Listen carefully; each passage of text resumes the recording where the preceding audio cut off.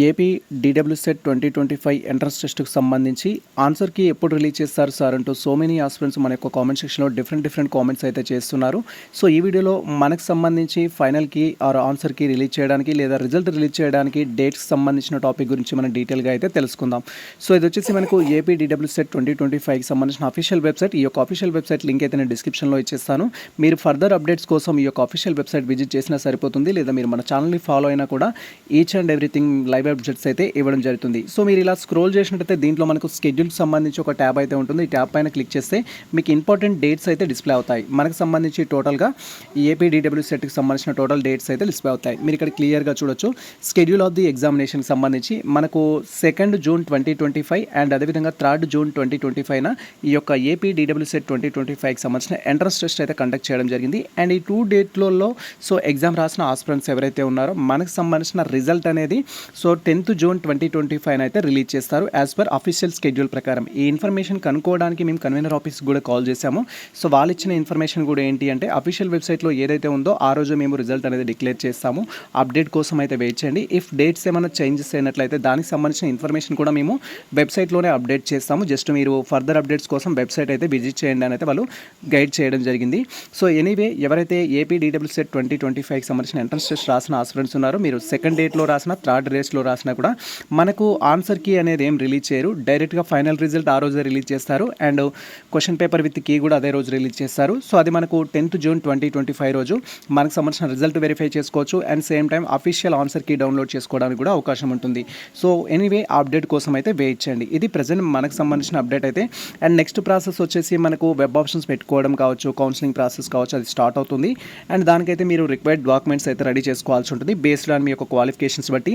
జనరల్గా మనకు కావాల్సిన డాక్యుమెంట్స్ ఏంటి అని మీరు క్వైరీ చేసినట్టయితే ఫస్ట్ వన్ వచ్చేసి సో మీరు రిజల్ట్ వెరిఫై చేసుకున్న తర్వాత మీరు క్వాలిఫైడ్ అయిన క్యాండిడేట్స్ అయినట్టయితే మీ యొక్క ర్యాంక్ కార్డ్ డౌన్లోడ్ చేసుకోవాల్సి ఉంటుంది. అండ్ సేమ్ టైం మనకు సంబంధించిన హాల్ టికెట్ కూడా కావాల్సి ఉంటుంది. హాల్ టికెట్ కూడా మీరు డౌన్లోడ్ చేసుకోవాలి అఫీషియల్ వెబ్సైట్లో నుంచి. సో ఇది మనకు కౌన్సిలింగ్ ప్రాసెస్ కోసం అయితే యూజ్ అవుతుంది. అండ్ నెక్స్ట్ వన్ వచ్చేసి మీకు సంబంధించిన ఎస్ఎస్సి మెమో అండ్ అదేవిధంగా ఇంటర్మీడియట్ మెమో అయితే కావాల్సి ఉంటుంది. So SSC memo and intermediate memo అయితే కావాల్సి ఉంటుంది. సో ఇవి మీరు రెడీ చేసి పెట్టుకోవాలి. ఇంటర్మీడియట్ రిజల్ట్ రీసెంట్గా వచ్చింది సార్, ఇంకా మా దగ్గర రిజల్ట్ లాంగ్ మెమో లేదు, షార్ట్ మెమోనే ఉంది అంటే వాళ్ళకి యాక్సెప్ట్ చేస్తారు, వాళ్ళకి ఎటువంటి ప్రాబ్లం లేదు. బట్ మీకు ఆల్రెడీ ఇంటర్మీడియట్ కంప్లీట్ చేసుకున్న ఆస్పిరెంట్స్ ఎవరైతే ఉంటారో ఖచ్చితంగా సో మీకు లాంగ్ మెమో అయితే కావాల్సి ఉంటుంది. అండ్ తర్వాత థర్డ్ థింగ్ వెరీ ఇంపార్టెంట్ ఏంటంటే బోనఫైడ్ సర్టిఫికేట్స్. మనకు ఫస్ట్ క్లాస్ నుంచి ఇంటర్మీడియట్ వరకు మీరు ఏ విధంగా అయితే చదివారో ఆ టోటల్ బోనఫైడ్స్ లేదా స్టడీ కండక్ట్ సర్టిఫికేట్స్ అయితే కావాల్సి ఉంటాయి. సో వాటిని కూడా మీరు రెడీ చేసి పెట్టుకోండి. ఇవి మనకు వచ్చేసి ఎడ్యుకేషనల్ క్వాలిఫికేషన్కి సంబంధించిన డాక్యుమెంట్స్.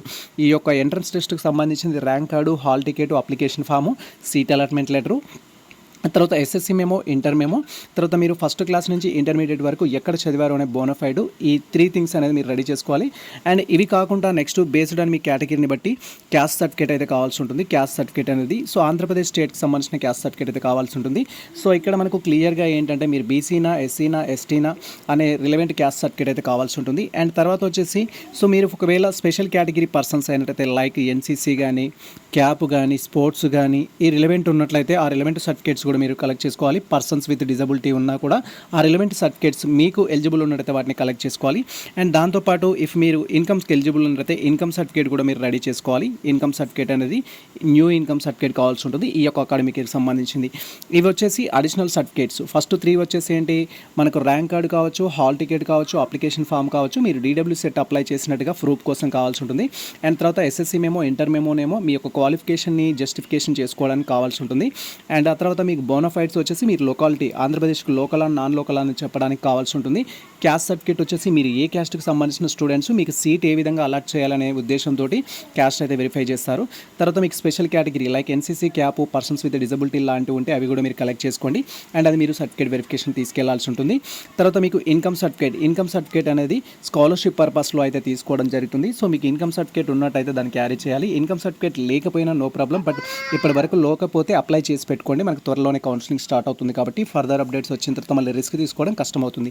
ఇవి మనకు అడిషనల్ డాక్యుమెంట్స్. అండ్ ఇవి కాకుండా సో మీకు ఆధార్ కార్డ్ అడుగుతారు. సో మీ యొక్క క్యాండిడేట్ యొక్క ఆధార్ కార్డ్ అనేది, ఆధార్ కార్డులో డీటెయిల్స్ ఏ విధంగా ఉండాలి సార్ అంటూ సో మెనీ ఆస్పిరెంట్స్ అడుగుతారు. సో ఆధార్ కార్డులో యాజ్ పర్ ఎస్ఎస్సి మెమో ప్రకారం ఉండేటట్టు చూసుకోండి. మీరు సో మేల్ అయినా ఫీమేల్ అయినా కూడా ఫర్దర్గా ఎటువంటి ప్రాబ్లం ఉండొద్దు అంటే. బట్ ఇప్పుడు ఆల్రెడీ నేను మార్చుకున్నాను సార్ అంటే దానికి మీరు పెద్ద రిస్క్ తీసుకోవాల్సిన అవసరం లేదు. మ్యారీడ్ ఉమెన్స్ ఎవరైతే ఉంటారో వాళ్ళు చేంజ్ చేసుకొని ఉంటారు, దానివల్ల పెద్ద ప్రాబ్లం లేదు. సో ఫర్దర్గా ఎవరైనా చేంజ్ చేసుకోవాలనుకునే వాళ్ళు ఉంటారు, చేంజ్ చేసుకోకండి, అది ఎస్ఎస్సి మెమో ప్రకారం ఉంచేసుకోండి. అండ్ తర్వాత వచ్చి మనకు ఫోటో కాపీస్ అయితే కావాల్సి ఉంటుంది. సో మీకు సీట్ అలాట్మెంట్ అయిన తర్వాత అయితేనేమో 6 ఫొటోస్ కావాలి, బిఫోర్ సీట్ అలాట్మెంట్ అయితే 2 ఫోటో కాపీస్ అయితే కావాలి. ఈ థింగ్స్ అన్నీ మీరు కలెక్ట్ చేసుకొని రెడీగా అయితే పెట్టుకోండి. మనకు త్వరలోనే కౌన్సిలింగ్ అయితే స్టార్ట్ అవుతుంది. ఇది ప్రజెంట్ మనకు సంబంధించి ముఖ్యమైన అప్డేట్స్ అయితే. ఎవరైతే AP DW set 2025 entrance test రాసిన ఆస్పిరెంట్స్ ఉన్నారో ఫర్దర్ అప్డేట్స్ కోసం అయితే వెయిట్ చేయండి. సో ఈ ఇన్ఫర్మేషన్ మీకు నచ్చినట్లయితే మన వీడియో లైక్ చేయండి, మన ఛానల్ సబ్స్క్రైబ్ చేసుకోండి.